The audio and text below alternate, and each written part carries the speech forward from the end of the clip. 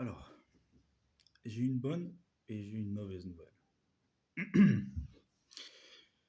La bonne, c'est que j'ai vu que les vidéos qui font 5 minutes sont très appréciées sur Internet.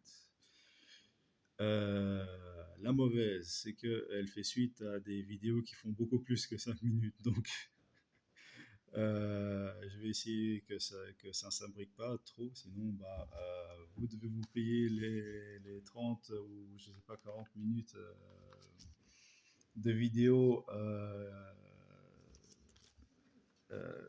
que j'ai fait avant. Alors, pour terminer le thème, hein, donc c'est le thème des tensions internationales et des consorts. Alors, vous vous posez des questions sur la Russie et les BRICS. Bon, bah écoutez, c'est la Chine qui mène la danse, hein. Après ça, bon, l'Inde,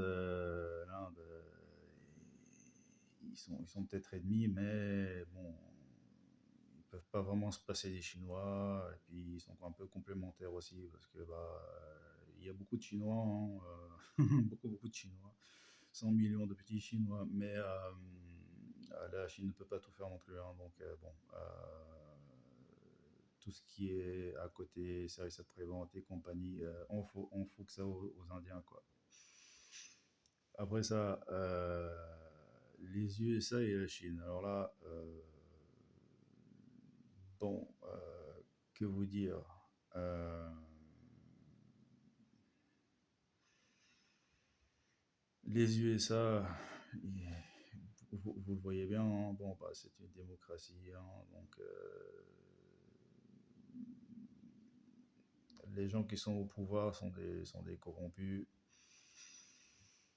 Vous les voyez bien, le prix des F-35, déjà, on tord le bras des alliés pour les acheter, et puis c'est des trucs qui fonctionnent pas. Le monoréacteur, là, j'ai entendu, il fonctionne pas bien. Ça doit être. Bon, vous n'allez pas faire décoller un F-35 sur une autoroute ukrainienne.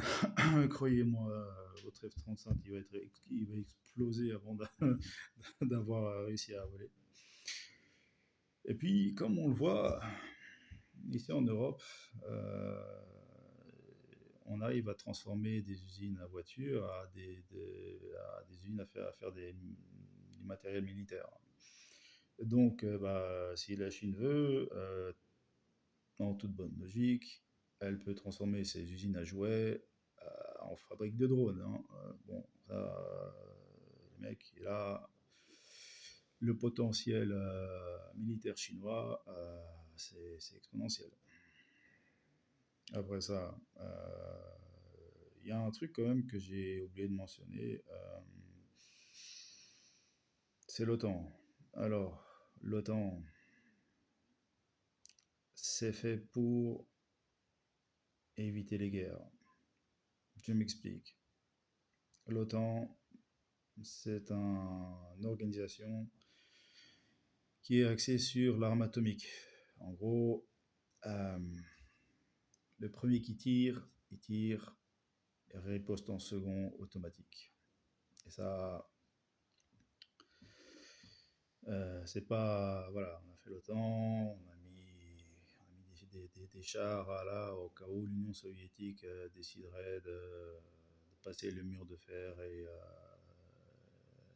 avec des petits soldats là et essayer de prendre Paris. Bon, mais la réalité des choses, c'est que bon, c'est pour gérer en fait une crise, que ça ne devienne pas une crise atomique, quoi. Ça c'est l'OTAN. Maintenant, la question auquel vous, je n'ai pas de réponse. Est-ce qu'on a fait un pacte avec des Indiens? Parce que voilà, je sais pas, il y a un diplomate là qui est venu et qui a dit bon, vous vous avez autant d'hommes en trop dans votre pays, donc ça nous fait une grande armée. Donc, toute l'Europe va faire des armes, et puis vous allez faire venir tous les Indiens en Europe. On va donner des armes à tous les Indiens, et puis on va les jeter sur les Russes. Bon, ça, je sais pas, hein. Mais bon, l'OTAN, moi je la vois plutôt crever. Par contre, il va avoir un autre pacte, hein, qui, lui, pour le coup, va essayer de pas utiliser, voilà, l'arme atomique directement, quoi. Voilà, on va faire des guerres euh, plutôt traditionnelles et essayer de ne pas se vitrifier. Parce que bon, maintenant, euh, le dollar,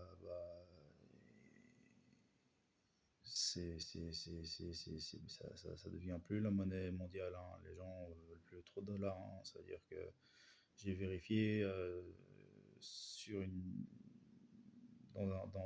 Si vous prenez le peso philippin, la roupie indienne, le réal, et que vous mettez tout ça ensemble, le dollar est en train de se cracher la gueule, de se casser la gueule de ouf. Donc,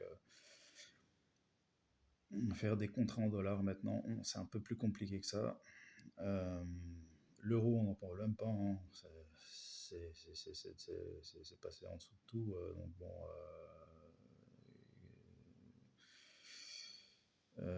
est-ce que au final, bon, euh, comme, comme il est marqué dans l'Apocalypse, on va pas tous brûler. Là, moi, je sais pas le dire, hein. Il est aussi possible que l'OTAN va garder la structure, on va un peu modifier quelques petits bidules à gauche à droite, et puis que voilà, on va balancer des bombes atomiques, hein. Bon, l'autre, l'autre vous là, le président des États-Unis là, il a parlé à un moment donné d'envoyer une bombe nucléaire sur l'Iran. Bon, les mecs, euh, moi j'ai entendu Poutine qui disait que bon, l'Iran était un pays allié, un pays souverain, et que si on réattaquait l'Iran, il avait déjà tout sur place.